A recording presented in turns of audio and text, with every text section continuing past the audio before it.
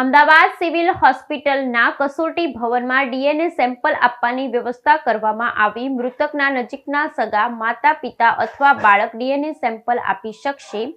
આરોગ્ય અગ્ર સચિવ ધનંજય ત્રિવેદી। અમદાવાદથી લંડન જવા માટે 230 પેસેન્જરની બુકિંગ હતી।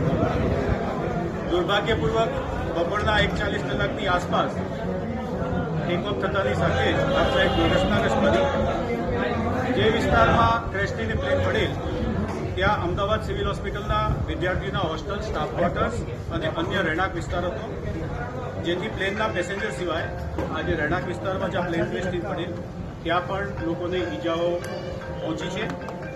50 ઈજાગ્રસ્ત વ્યક્તિઓને સિવિલ હોસ્પિટલ અમદાવાદ ખાતે લાવવામાં આવ્યા છે, જેમને શ્રેષ્ઠ સારવાર અપાઈ રહી છે। અત્યારે સઘન સારવાર અને મોનિટરિંગ હેઠળ પરંતુ સ્ટેબલ છે। ફ્લાઇટના પેસેન્જરના નજીકના સગાઓને વિનંતી છે કે તેઓ ડીએનએ ટેસ્ટ, જેનાથી પેસેન્જર અંગેનું આઈડેન્ટિફિકેશન થઈ શકે તે માટેની વ્યવસ્થા બીજે મેડિકલ કોલેજના કસોટી હોલમાં રાખવામાં આવ્યું છે। ત્યાં પેસેન્જરના નજીકના સગાઓ, જેમાં માતા પિતા અથવા એમના બાળકો આવે છે, તેઓને વિનંતી છે કે તેઓ સેમ્પલ આપે, જેથી ક્રેશમાં મૃત્યુ પામેલ વ્યક્તિઓની ઓળખ થઈ શકે।